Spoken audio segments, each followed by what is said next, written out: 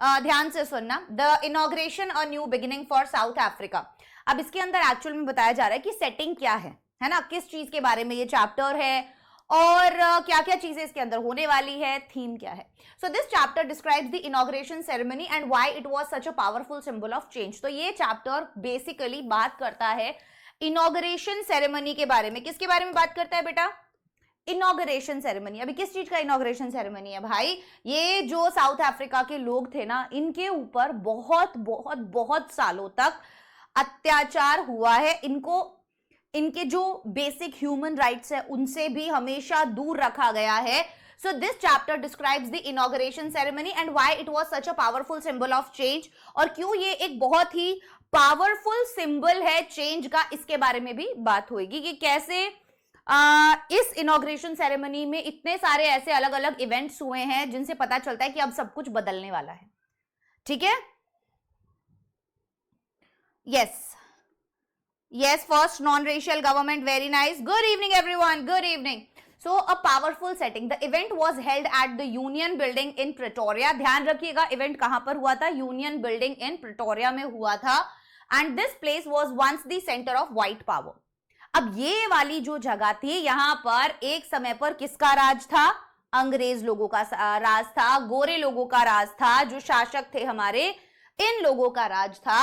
Holding the ceremony there showed that the old racist system was over. अब वहां पर जब ये सेरेमनी कर रहे हैं तो इसका क्या मतलब है? इसका मतलब ये है कि अब वो ये दिखाना चाहते हैं कि भाई तुम्हारी सत्ता खत्म हो चुकी है, अब हमारी सत्ता शुरू हो चुकी है।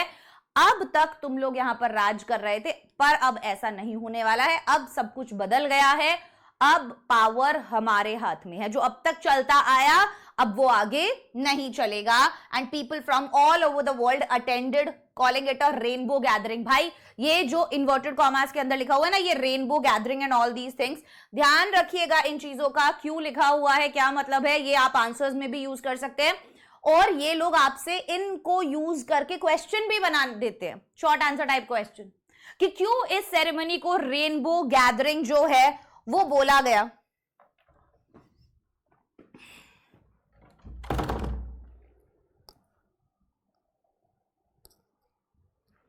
ठीक है, this showed the new south Africa would be inclusive and diverse, और इस चीज ने दिखाया कि जो नया साउथ अफ्रीका होने वाला है वो बेसिकली इंक्लूसिव और डाइवर्स होने वाला है। कहने का मतलब यह है कि यार अब तक तो जो भी चीजें होती थी ना वो गोरे लोगों की अकॉर्डिंग होती थी। रेशियल डिस्क्रिमिनेशन यहां पर जो था, जो नस्लीय भेदभाव था कि इस नस्ल के गोरे लोग, काले लोग, है ना, ये एक बहुत बड़ा भेदभाव था और ये अब तक वहां पर जिंदा है, ये भेदभाव खत्म नहीं हुआ। जैसे हम हमारे देश में बोल देते हैं कि सती प्रथा हो गई, बाल विवाह हो गया, अब खत्म हो चुका है, बट ऐसा कंप्लीटली नहीं है। बहुत सारी जगहों पर अभी भी ये चीजें चल रही हैं। पर्दा प्रथा हो गया, है ना, सारी चीजें आप देख लो, दहेज प्रथा हो गई, सब कुछ अभी भी चल रहा है। बहुत बड़े लेवल पे नहीं चल रहा है, बट अब लोग इसको और ज्यादा बोस्ट कर करके मतलब देने लगे हैं कि उन लोगों को बहुत गर्व होता है जब वो इस तरीके से दहेज दे रहे होते हैं। शादी एक बहुत ही जबरदस्त चीज जो है बन गई है पैसा वेस्ट करने के लिए। आई गेस आपको शादी करनी चाहिए, एक नॉर्मल शादी करनी चाहिए जिसमें आप नॉर्मल अमाउंट का पैसा लगा सकते हो जितना आपकी जेब मंजूरी देती है। लेकिन पहले क्या होता था, पहले नहीं अभी भी होता है कि बहुत ज्यादा मतलब अपने पूरी जिंदगी का जितना भी सेविंग्स होता है वो अपनी बेटी की शादी पे लगा देते हैं, है ना, और खुद के लिए कुछ भी नहीं रखते हैं। इनफैक्ट अगर जितना पैसा आपने शादी में लगाया, आप अगर वो सेविंग्स अपने बच्चे को दे देते तो शायद वो कहीं पर घर बनाकर सेटल हो जाता। सो ये प्रथाएं थी जो अब और भी ज्यादा बुरी होती जा रही है, मतलब बद से बदतर हालत होती जा रही है यहां पर अब ऐसा नहीं है। ये जो अपार्थाइड था, ये जो गोरे काले का था, बोले अब ये खत्म हो गया है और अब जो है डाइवर्सिटी आएगी यहां पर, अब भेदभाव नहीं होगा, अब सबका राज होगा, केवल गोरे लोगों का नहीं। तो अब क्या है, द सेरेमनी एंड स्पीच। अब स्पीच था, एक्चुअल में नेल्सन मंडेला जी जो हैं वो पहले ब्लैक प्रेसिडेंट बन रहे थे, तो ये जो सेरेमनी होने वाली है वो उन्हीं के लिए होने वाली है। ठीक है, अब उनके शपथ लेने से पहले और भी लोगों ने शपथ ली। किसने? First FWD Klerk and Thabo Mbeki were sworn in as deputy presidents. याद रखिएगा, पहले किस किसने शपथ ली? पहले किस किसने शपथ ली? शपथ बोल रहे हो, किस किसने शपथ ली? बोलिए। FWD Klerk and Thabo Mbeki ने पहले शपथ ली। Then Mandela took his oath. बेटा अभी कल वाले के जो आपको आंसर्स अभी नहीं मिले, अगर आप ऐसा बोल रहे हो, क्योंकि आज फास्ट है तो बहुत सारी चीजें होती है, पूजा करनी रहती है, एंड और भी बहुत सारे रिचुअल्स वगैरह होते हैं, फास्ट वगैरह भी है अभी, ठीक है। तो इस वजह से काम जो है वो नहीं हो पाया। कल रात को भी मैंने सोचा था कि मैं बना देती हूँ, बट ऑब्वियसली कल मेरी क्लासेस 9 बजे तक चली। आफ्टर दैट खाना वगैरह खा के जो भी मेहंदी वहंदी लगवाना या अपनी ड्रेस वगैरह देखना या बाकी के काम होते हैं वो सब किए थे, फिर वो पूरा दिन इस तरीके से ही चला जाता है। तो वो ही रीजन था कि मुझे टाइम नहीं मिला अभी, बट अभी जो ये संडे वाला टाइम मिलेगा मैं आपको अगले वीक में करवा दूंगी, ठीक है।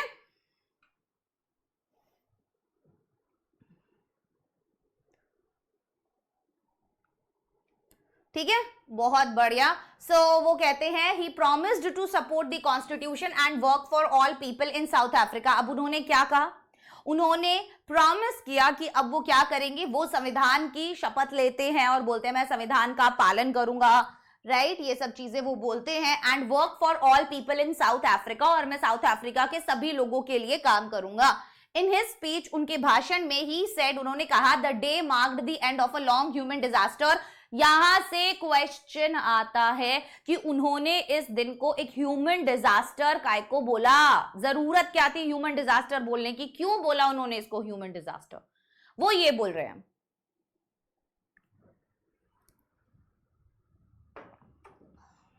ठीक है, अपार्थाइड क्यों बोला उन्होंने, क्योंकि यार ये जो एक सिस्टम था ना, ये पिछले बहुत दशकों से चलता आ रहा था, और इस सिस्टम के अंडर इतने लोग टॉर्चर हुए हैं, इतने लोगों ने इतने सारे सैक्रिफाइस किए हैं, और इसी सिस्टम की वजह से इतने महान महान लोगों का जन्म हुआ। अगर मान लीजिए हमारा देश कभी गुलाम ही नहीं बनता, मान लीजिए हमारा देश कभी, मतलब एक सोचने वाली बात है कि जब आपके ऊपर बहुत ज्यादा टॉर्चर होता है, संघर्ष के जरिए आप गुजरते हो, तो बहुत महान हस्तियां निकलती हैं उस संघर्ष से, है ना। तो यहां पर भी यही बोल रहे हैं, जैसे मतलब भगत सिंह जैसे, महात्मा गांधी जैसे, B.R. अम्बेडकर जी जैसे, लाल बहादुर शास्त्री जी जैसे, ये इतने महान महान लोग जो हैं ये संघर्ष से ही तो निकले हैं, ठीक है। कितने सारी एग्जाम्पल्स हैं, हम लोग सोचते, हम लोगों को नाम भी नहीं पता है जिन लोगों ने इतने बड़े बड़े सैक्रिफाइसेस जो हैं वो किए हैं।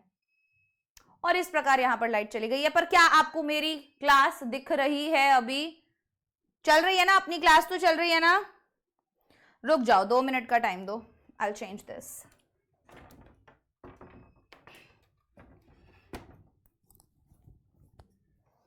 आज के दिन ही होना है ये, समझ रहे हो तुम, आज ही। अब गर्मी लगेगी, है ना, तो भगवान, ये होता है स्ट्रगल छोटू सा स्ट्रगल कहते हैं इसे भाई। स्ट्रगल तो हमें पता भी नहीं है, हमारा तो स्ट्रगल ही नहीं है, हम इसे स्ट्रगल क्यों बोलते हैं पता नहीं।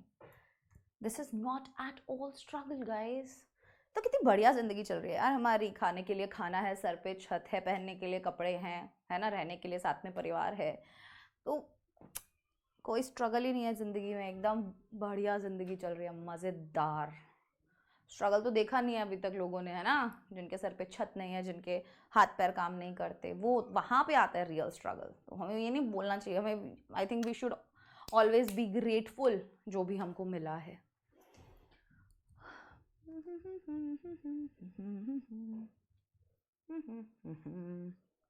ऑन हो जाने दो, 2 मिनट का टाइम दो।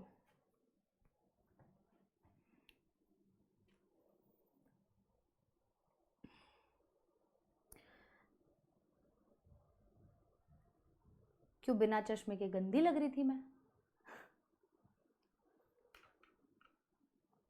है ना। अरे मुझे लगा एकदम से लाइट चली गई तो वहां से कनेक्शन ना हट गया हो, बट ये वाला इधर, यही होता है जब आप घर से ऐसे काम करते हो, सब कुछ खुद करना पड़ता है। बट ये अच्छी बात भी है, अब मुझे सिस्टम चलाना आ गया। अदरवाइज पहले मैं जहां काम करती थी मुझे सिर्फ क्लास में जाना होता था और क्लास लेनी रहती थी, तो मुझे इसके बारे में कुछ पता ही नहीं था। बट अब मुझे सब कुछ पता है। क्यों पता है, क्योंकि अब मैं खुद कर रही हूँ सारी काम, डिपेंडेंसी नहीं है किसी के भी ऊपर, है ना।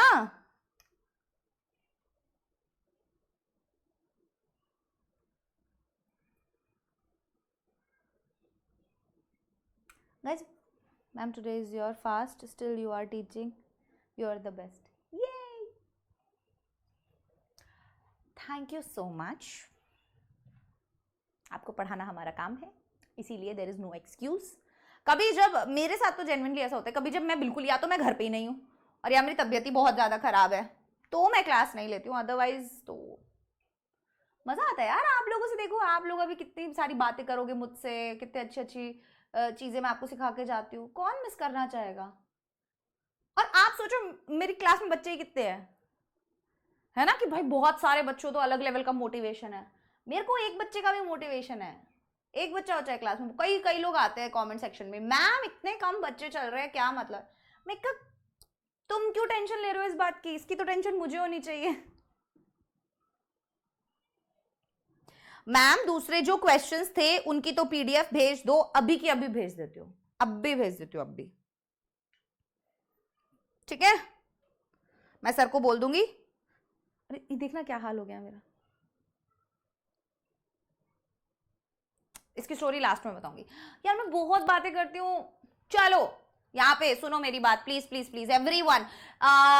In his speech he said the day marked the end of long human disaster. अब उनकी स्पीच में उन्होंने कहा कि ये जो दिन है ना, ये जो आज का दिन है, ये एक बहुत ही बड़े ह्यूमन डिजास्टर का दी एंड है। अब आप मुझे एक बात बताओ कि आखिरकार वो ये पूरा जो समय था, जो गोरे लोगों का समय था, उसको वो पीरियड ऑफ ह्यूमन डिजास्टर क्यों बोल रहे हैं? ह्यूमन डिजास्टर बोलने की क्या जरूरत है? व्हाट इज द रीजन कि वो इसको पीरियड ऑफ ह्यूमन डिजास्टर बोल रहे हैं? उसके पीछे का रीजन ये है कि भाई इतने बड़े लेवल पे टॉर्चर और इतने बड़े लेवल पे अन्याय हुआ है ना लोगों के साथ, इनजस्टिस हुआ है कि आप कल्पना भी नहीं कर सकते हो, है ना। So and the start of new born liberty, तो ये एंड है ह्यूमन डिजास्टर का और ये जन्म है न्यू बॉर्न लिबर्टी, मतलब शुरुआत है न्यू बॉर्न लिबर्टी की। He thanked the world for supporting this victory for justice. तो उन्होंने क्या किया, उन्होंने शुक्रिया किया दुनिया का कि आप सब यहां पर आए और आपने ये जो न्याय की जीत हुई है इसका यहां पर सपोर्ट किया। ठीक है, आगे बढ़ते हैं नेक्स्ट पर। अरे व्हाट इज हैपनिंग गाइस, देखा, मुझे लगता है इसका भी फास्ट है, ये आज नाटक कर रहा है चलने में। यप,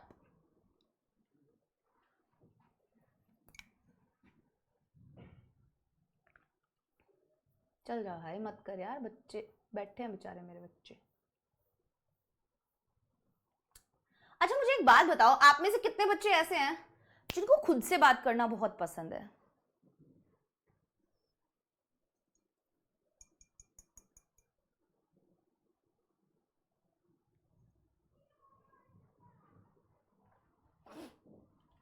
हाँ, तो अब उन्होंने क्या बोला कि ये जो शुरुआत है ये क्या है, ये किसकी शुरुआत है? अब ये न्याय वाले समय की शुरुआत है, ठीक है, ये अब शुरुआत हो गई है न्यू बॉर्न लिबर्टी की।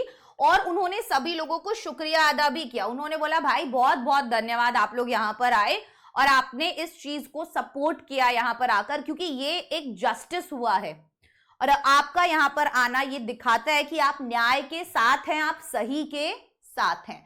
सो Mandela's thoughts on freedom and struggle, ये वाले जो भी पॉइंट्स मैं बताऊंगी प्लीज इनको मिस मत कीजिएगा।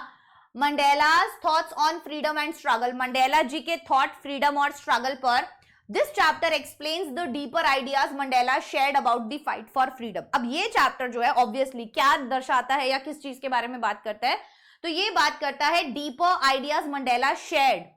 मंडेला जी ने बताया कि एक्चुअल में मेरे लिए भी बचपन में फ्रीडम क्या था, फिर मैं बड़ा हुआ तो मेरे लिए फ्रीडम क्या हुआ, फिर मैं और बड़ा हुआ तो मुझे क्या समझ में आया। तो उन्होंने अपना पूरा कॉन्सेप्ट बताया है फ्रीडम का, ठीक है ना। और ये जो आजादी के लिए उन्होंने लड़ाई लड़ी है इसके बारे में भी उन्होंने कंप्लीटली यहां पर बताया। So remembering the past, Mandela felt the weight of history on that day. अब वो कह रहे हैं कि यार मुझे ना आज यहां पर मैं खड़ा हूं, लेकिन मेरे साथ वो लोग यहां पर नहीं हैं जिन्होंने इक्वल सैक्रिफाइसेस किए हैं, इक्वल टॉर्चर सहा है, इक्वल इनजस्टिस सहा है। मुझे आज बहुत ज्यादा हैवी फील हो रहा है क्योंकि मुझे ऐसा लगता है कि मैं यहां पर आज उन सबको रिप्रेजेंट कर रहा हूं। Are you getting my point? तो वो बोझ एक मुझे फील हो रहा है, ठीक है, वो हिस्ट्री जो थी जिसमें इतना सारा सैक्रिफाइस लिखा हुआ था, जिसमें हम लोगों ने सब कुछ देखा, सब कुछ झेला है, I am feeling that wait of history, क्योंकि वो हिस्ट्री अच्छी नहीं थी, है ना। He remembered how the white minority government had created a cruel system of racial control, कि कैसे सफेद लोगों ने क्या किया, एक cruel racial system जो है काले और गोरे लोगों का ये जो सिस्टम है ये एक बनाया. And he said the victory was not his alone, और उन्होंने क्लियर बोला कि भाई ये जो विक्ट्री है ना ये मेरी अकेले की नहीं है. तुम्हें लग रहा है कि मैं अकेला यहां पर खड़ा हूं ये सब कुछ देखकर, है ना, ये वाली विक्ट्री मेरी नहीं है अकेले की. It was built on the unimaginable. ये मैंने इन्वर्टेड कॉमास के अंदर लिखा है ना कोट्स के अंदर, ये सब तुम्हारे लिए इंपॉर्टेंट है. ह्यूमन डिजास्टर देखा था ना, न्यूबॉर्न लिबर्टी, अनइमेजिनेबल सैक्रिफाइसेस. तुम इनको 100% याद रखो. यहां से वो तुमको उठाएंगे क्वेश्चंस, ठीक है, और तुमको पूछेंगे कि बताओ इसका क्या मतलब है. ह्यूमन डिजास्टर से तो पिछले साल सवाल आया है, ठीक है. हाँ,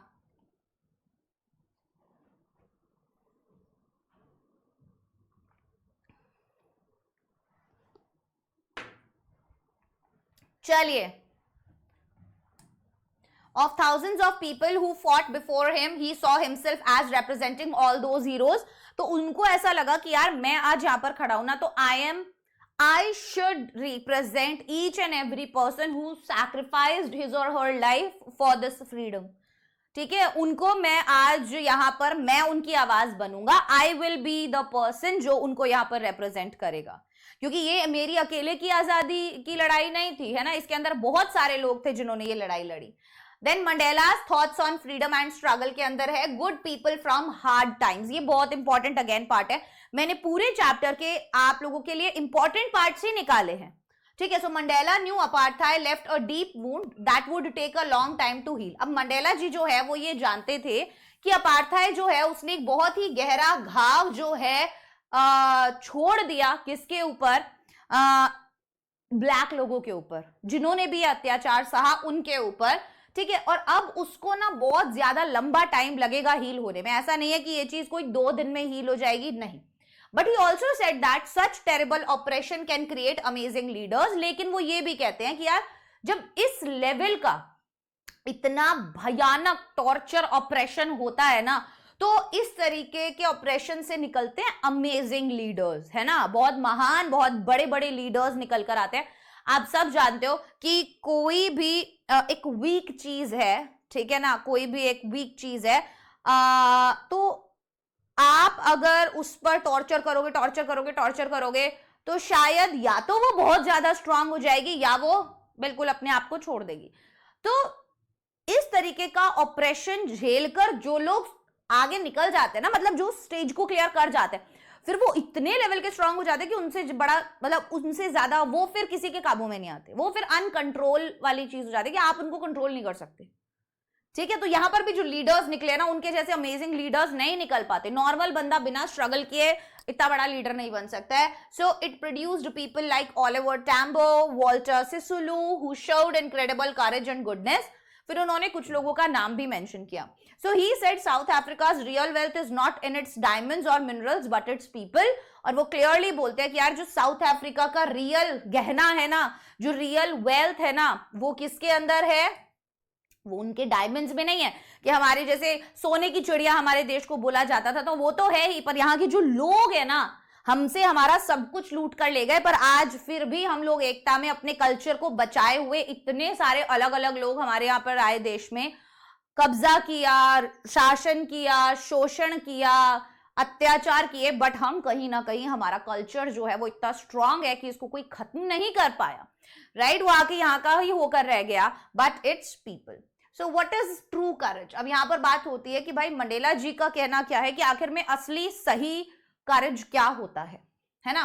तो कभी भी देखो वो ये बोलते हैं क्लियरली कि यार जिस ऐसा नहीं है कि बहादुर इंसान वो इंसान है जिसको डर नहीं लगता, नहीं.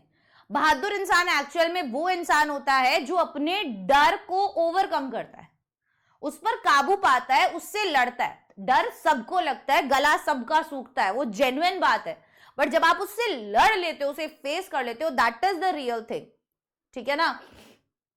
So Mandela learned from his fellow fighters that being brave doesn't mean you are not scared. तो मंडेला जी जो हैं वो सीखते हैं अपने साथी फाइटर्स से कि बीइंग ब्रेव ब्रेव होना doesn't mean you are not scared. इसका मतलब ये नहीं है कि आप बहादुर हो, इसका मतलब ये नहीं है कि आपको डर नहीं लगता। It means you conquer your fear. इसका मतलब ये है कि आप अपने डर पर काबू पा चुके हैं। And he also believed that no one is born racist, और वो ये भी मानते हैं कि किसी भी इंसान का जो जन्म होता है ना, वो पैदा ही भेदभाव के साथ नहीं होता है ना। हाँ जी, पढ़ाएंगे पढ़ाएंगे। बोले वो पैदा ही भेदभाव के साथ नहीं होता कि उसको बचपन से जैसे ही उसने जन्म लिया तो उसको पता था कि भाई ये काला है, ये गोरा है, मुझे इसके साथ अच्छा व्यवहार करना है, इसके साथ बुरा व्यवहार करना है, ये ऊंची जाति का है, ये नीची जाति का है, ये अच्छा है, ये बुरा है। बच्चा ऐसे पैदा नहीं होता। बच्चा प्यार के साथ पैदा होता है, उसको बस प्यार देना आता है, नफरत हम सिखाते हैं उसको, है ना। So but since hate is learned, है ना, तो वो बोलते हैं पीपल लर्न टू हेट, नफरत करना सिखाया जाता है। Since hate is learned it can be unlearned and replaced with learn. तो अभी बोले उसको लर्न किया जा सकता है तो उसे अनलर्न भी किया जा सकता है, और उसको लव से रिप्लेस भी किया जा सकता है, मतलब आप प्यार से उसको रिप्लेस कर सकते हो। Even in prison a small act of kindness from a guard gave him hope. कह रहे हैं जब मैं प्रिजन के अंदर भी था तब भी एक गार्ड की नजरों में मुझे कभी कभी दया दिख जाती थी, और वो दया ही मेरी उम्मीद की किरण बनती थी जब इतना ज्यादा अत्याचार हम पर हो रहा था। कि लोग एक्चुअल में नेचुरली अच्छे होते हैं, है ना। This final chapter covers how Mandela's own understanding of freedom changed over his life। कि अब जो हम पढ़ेंगे, जो फाइनल चैप्टर है, मतलब फाइनल पार्ट जो है इस चैप्टर का, वो ये कि दो इंपॉर्टेंट रिस्पॉन्सिबिलिटीज, और यहां से भी क्वेश्चन बनता है। मैंने बोला है ना, मैंने ये जो तीनों पार्ट्स पढ़ाए हैं, चैप्टर 1, चैप्टर 2, चैप्टर 3, इसको अच्छे से कर लेना, यहीं से क्वेश्चन बनता है, ठीक है। एक तो ये ट्विन ऑब्लिगेशंस, ये जो इंपॉर्टेंट रिस्पॉन्सिबिलिटी है, इससे क्वेश्चन बनता है, ठीक है। ये ट्रू करेज वाले से क्वेश्चन बनता है, यहां से good people from hard times, यहां से क्वेश्चन बनता है, पास्ट को याद कर रहे हैं वहां से क्वेश्चन बन जाता है, ठीक है। तो ये सब जगह आप लोगों को मैंने इसीलिए लिखवाई है, चीजें मैंने इसीलिए लिखवाई है सो दैट आपको एग्जाम में पता हो कि क्या क्या इंपॉर्टेंट पार्ट है जहां से सवाल बनते हैं। यस, ठीक है, बढ़िया।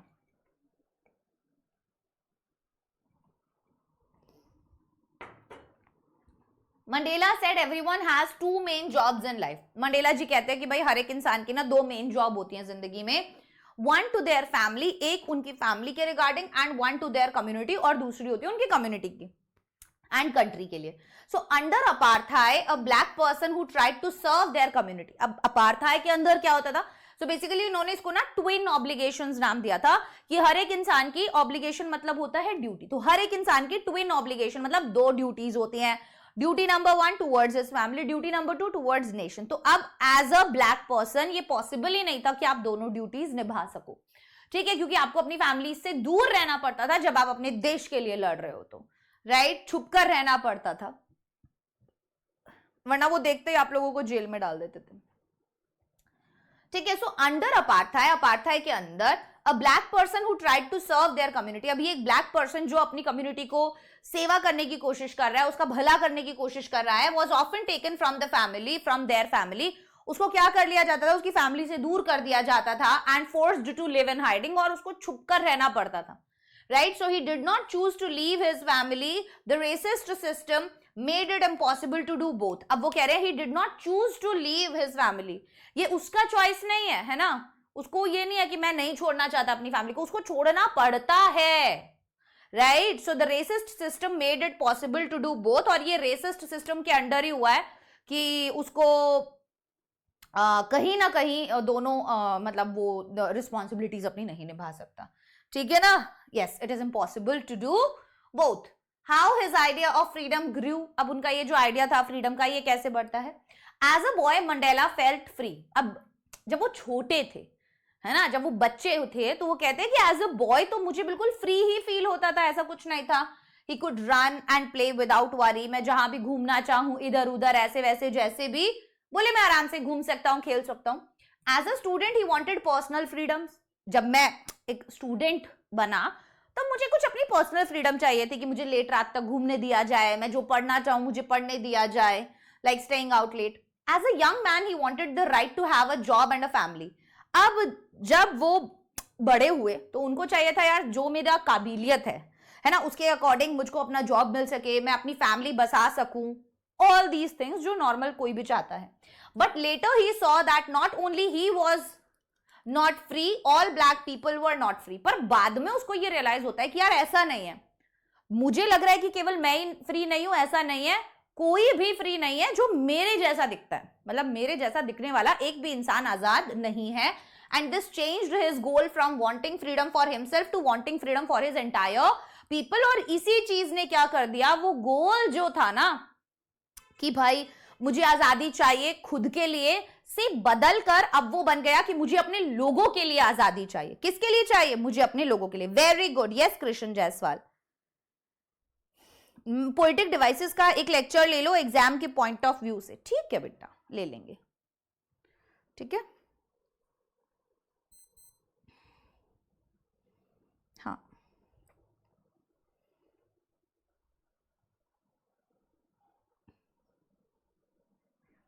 बढ़िया. ठीक है, आगे बढ़े, आगे बढ़ते. Freedom is for everyone. अब क्या बोल रहे हैं कि भाई ये जो आजादी है ये सबके लिए है. Mandela came to a famous conclusion, freedom is indivisible. ये याद कर लो भाई, जो भी चीज कोट्स में लिखी हुई है ना, इनको तुम लोग अपनी तरफ से भी थोड़ा सा ध्यान रखो. ठीक है ना, कि मंडेला जो है वो बोलते हैं कि फ्रीडम आप बांट नहीं सकते हो भाई, आजादी ऐसी चीज थोड़ी है जिसको कि तुम बांट सकते हो. This means you can not be truly free. इसका मतलब यह है कि आप पूरे तरीके से फ्री नहीं हो. If others are still in chains, मान लो कि मैं ना आप लोगों के ऊपर क्या करती हूं, मैं आप लोगों के ऊपर अत्याचार करती हूं, मान लो, ठीक है, कि नहीं ऐसे नहीं, तुम जेल में बंद रहो, मैं तुम पे टॉर्चर कर रही हूं, तो इसका मतलब ये नहीं है कि मैं आजाद हूं.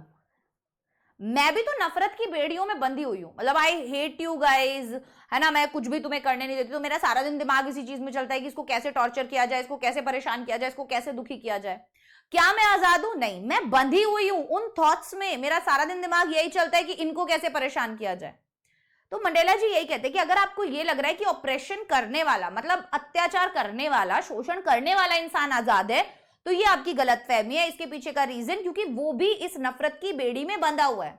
जिस पे अत्याचार हो रहा है वो तो बंधा ही हुआ है, बट जो कर रहा है वो भी बंधा हुआ है. तो यहां से भी सवाल आता है, ठीक है ना, यहां से सवाल आता है कि ऑपरेसर और ऑपरेशन करने वाला जो बंदा, ऑपरेस्ड जो है, कैसे ये दोनों फ्री नहीं है, ये क्वेश्चन पूछ लिया जाता है. So this means you can not be truly free if others are still in chains. तो इसका मतलब ये है कि आप पूरे तरीके से आजाद नहीं हो अगर दूसरे लोग बंदी बने हुए हैं तो, क्योंकि आप फ्रीडम को बांट नहीं सकते. Freedom is for everyone, freedom is indivisible, right? So that means you cannot be truly free if others are still in chains. So the oppression of his people meant he was also not free. तो वो जो शोषण था उसके लोगों का, उसका मतलब यही है कि आप भी आजाद नहीं हैं. And he even said the oppressors, the white people who supported apartheid, and वो ये भी कहते हैं, even said the oppressors, जो शोषण करने वाले हैं, the white people, गोरे लोग, who supported apartheid, जो इसका सपोर्ट करते थे, इस रेशियल डिस्क्रिमिनेशन वाले सिस्टम का सपोर्ट करते थे, were not free either. वो भी आजाद नहीं है. So they were trapped by their own hate and prejudice, और वो अपनी ही नफरत, अपने ही prejudice में बंधे हुए हैं. उनको अपनी ही एक नफरत ले डूबेगी एक दिन, है ना, उसी की वजह से परेशान है. So both the oppressed and the oppressor needed to be liberated to achieve freedom, और इसीलिए दोनों का आजाद होना जरूरी है. किसी एक का आजाद होना नहीं, बट दोनों का आजाद होना जरूरी है. यस,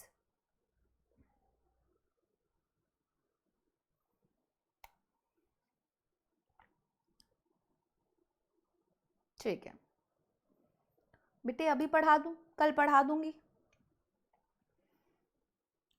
ठीक है, हाँ कल पढ़ा देंगे आपको. लिटरेरी डिवाइस पढ़ने हैं ना, कल पढ़ा देंगे.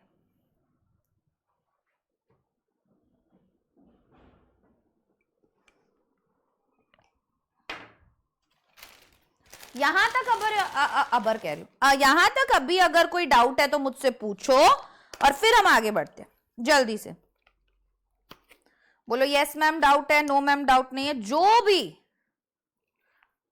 यहां तक अगर कोई डाउट है फटाफट से पूछो.